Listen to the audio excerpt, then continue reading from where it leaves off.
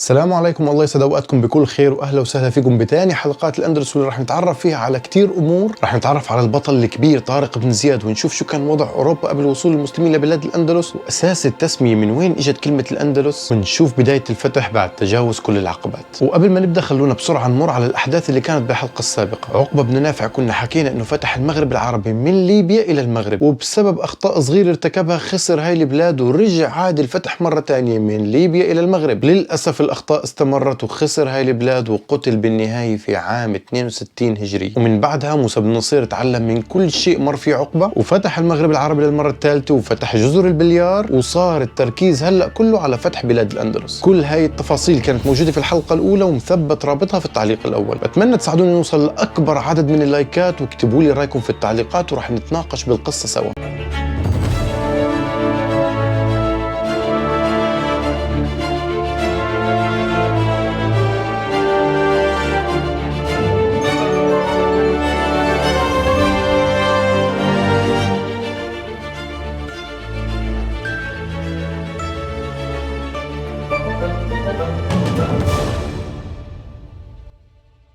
نبدأ بشكل مختصر نتعرف على طارق بن زياد. من الأمازيغ، من مواليد 50 هجرية أو 670 ميلادية. نشأ كمسلم وكان قارئ وحافظ القرآن الكريم، ولكن كان متمسك بلغته الأمازيغية. تم تعيين طارق بن زياد كقائد لطنجة من قبل موسى بن نصير. وهنا بيجي السؤال، كيف كان يتواصل موسى بن نصير ابن فلسطين مع طارق بن زياد اللي كان متمسك جدا بلغة الأمازيغية، وكيف كان يتواصل مع أهل الأمازيغ؟ موسى بن نصير من ضمن الخطة المثالية اللي كان عاملها اللي حكينا عنها في الحلقة اللي فاتت، كان تعلم لغة الأمازيغ وتواصل معهم فيها، من الشغلات اللي كتير حببتهم فيه. وإجا هلا أخيرا وقت دخول الأندلس، وفي حدث صغير لازم نحكي. بشمال المغرب في منطقة اسمها سبتة. سبتة اليوم تعتبر أرض إسبانية رغم أنها موجودة بالجانب الأفريقي وعلى الأراضي المغربية، وبهداك الوقت كمان كانت محتلة بسبب موقعها الاستراتيجي جغرافيا واقتصاديا. وإلى هذا اليوم سبتة تعتبر أرض إسبانية، عشان الواحد يدخلها لازم في فيزا أوروبية أو فيزا إسبانية. حاكم سبتة في وقتها يوليان بدأ يحس بضغط المسلمين، ورغم إنها محصنة جدا لكن كان عارف إنه عاجلا أم آجلا راح يطلع. وبالتالي أرسل لطارق بن زياد طلب تفاوض وأعطاه خرائط الأندلس، لأنه المسلمين بوقتها كانوا بيجهلوا أرض الأندلس تماما. وبالمقابل طلب إنه ياخذ جزء من الغنائم اللي راح يتحصلوا عليها. ليش عمل هيك يوليان؟ كان له هدف، ورح نعرف هذا الهدف مع تقدم القصة. وهذا الكلام كان قبل سنة من الفتح. احنا كنا حكينا في الحلقة اللي فاتت إنه الفتح تم في عام 92 هجرية، اليوم احنا في عام 91 أو 710 ميلادية. ورغم أن المسلمين كانوا جاهزين ولكن ما كانوا مستعجلين وماشيين بمبدأ خذ وقتك بالدراسة عشان تضمن النتيجة. وهون موسى بن نصير رغم مكانته وإنجازاته إلا أنه أرسل للخليفة الأموي الوليد بن عبد الملك يستأذنوا بالفتح. الخليفة طلب منه يتأكد من هاي الخرائط لأنها ممكن تكون فخ، فأرسل موسى بن نصير طريف بن مالك إلى بلاد الأندلس وقعد فيها سنة يتأكد من الخرائط. عمل شغل عبقري نتيجته إنه المنطقة اللي دخل منها لليوم باسمه. ووصل جيش طارق بن زياد المكون من 7000 مسلم أخيرا إلى بلاد الأندلس عبر مضيق جبل طارق ونزولا في جبل طارق. والتقوا بجيش الجنوب الأندلسي اللي هو من جيش العدو، وكان جيش عدده بسيط جدا، وعرضوا عليهم الدخول بالإسلام وبيتركوهم هم وأملاكهم. فكانت صدمة كبيرة لقائدهم تدمير، وبعث رسالة مباشرة لقائده لذريق في طليطلة، وطليطلة اللي هي عاصمة الأندلس في وقتها وتبعد 60 كيلومتر عن مدريد اللي هي عاصمة إسبانيا حاليا. فكتب لقائده بالرسالة إجا علينا ناس مش عارفين هم من أهل الأرض ولا من أهل السماء. هيك كاتب له بالرسالة إشي غريب لأول مرة يعيشه. هو متعود إنه الجيش بيجي بياخد الغنائم وبيمشي، بالذات إنهم أكتر منهم. استمر تقدم المسلمين في بلاد الأندلس بقيادة طارق بن زياد، وكان موسى بن نصير ما زال في المغرب العربي بيمد جيش طارق بجنود إضافيين لغاية ما وصلوا إلى 12,000.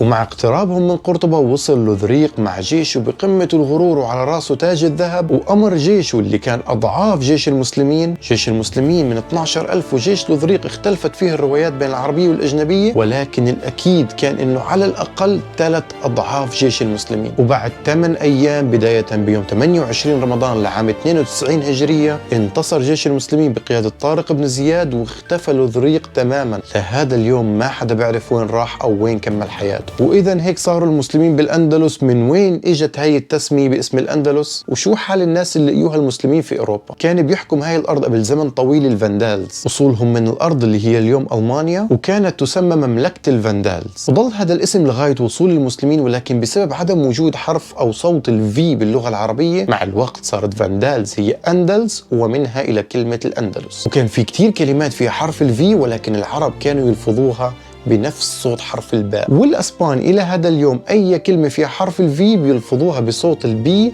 فبدل ما يحكوا فالنسيا بيحكوا بالنسيا. نيجي هلا للوضع اللي كانت فيه أوروبا. الكل بيعرف إنه الشعب كان بحالة فقر وجهل، بس خلونا نتعمق أكتر ونعرف لأي مدى كان الفقر والجهل. بالبداية الفقر كان شديد لأنه الظلم كان هو الحكم السائد، الحكام معهم كل الأموال والشعب فقير جدا. وسريعا نحكي إنه الحكام في وقتها كانوا القوت، كمان جماعة أساسهم من الدولة اللي هي اليوم ألمانيا والدول الإسكندنافية، واللي آخر ملك إلهم كان لوذريق اللي اختفى. المهم الناس بدون سكن، حتى المي كانوا محرومين منها، ويسوقوا لهم فكرة إنه الأوساخ هاي اللي بتتراكم على جسمكم هاي مفيدة لصحتكم. تخيلوا يعني كانوا عايشين بفكرة ومبدأ إنه أنا كل ما كانت علي أوساخ أكتر فأنا صحتي أفضل. ومن أمور التخلف كان إذا رجل مات كانوا يحرقوا مرته معاه لأنه لازم يضلهم مع بعض على طول. وموضوع تاني وهذا الأغرب، كان مثلا إذا بقرة ماشي وضربت بولد وقتلته كانوا يروحوا يرفعوا عليها قضية ويجيبوا البقرة هيك ويحاكموها. حشرات هجموا على المحاصيل نرفع عليهم قضية. ممكن تفكروني ببالغ وأنا فعليا قاعد بحكي وعارف إنه جنون، وجد مش قادر أقتنع كيف كانوا هيك بيعملوا وكيف كانوا هيك عايشين، ولكن للأسف فعلا صارت. والناس لما بدأت تشوف المسلمين قاعدين بيجوا وبدأوا يحسنوا بالأرض وبيعدلوا، كل واحد بياخد حقه، زائد الاهتمام الكبير بالنظافة، أسلم أفواج منهم. إن شاء الله بالحلقات الجاية ومع تسلسل الأحداث رح نشوف كيف الحضارة الإسلامية غيرت وطورت كتير مفاهيم. قبل ما نختم الحلقة خلونا نطلع ونشوف شو الإيجابيات من قصص اليوم. التأني والصبر عشان تكون النتائج أفضل، زي ما عمل موسى بن نصير، الهدوء رغم حماسه الشديد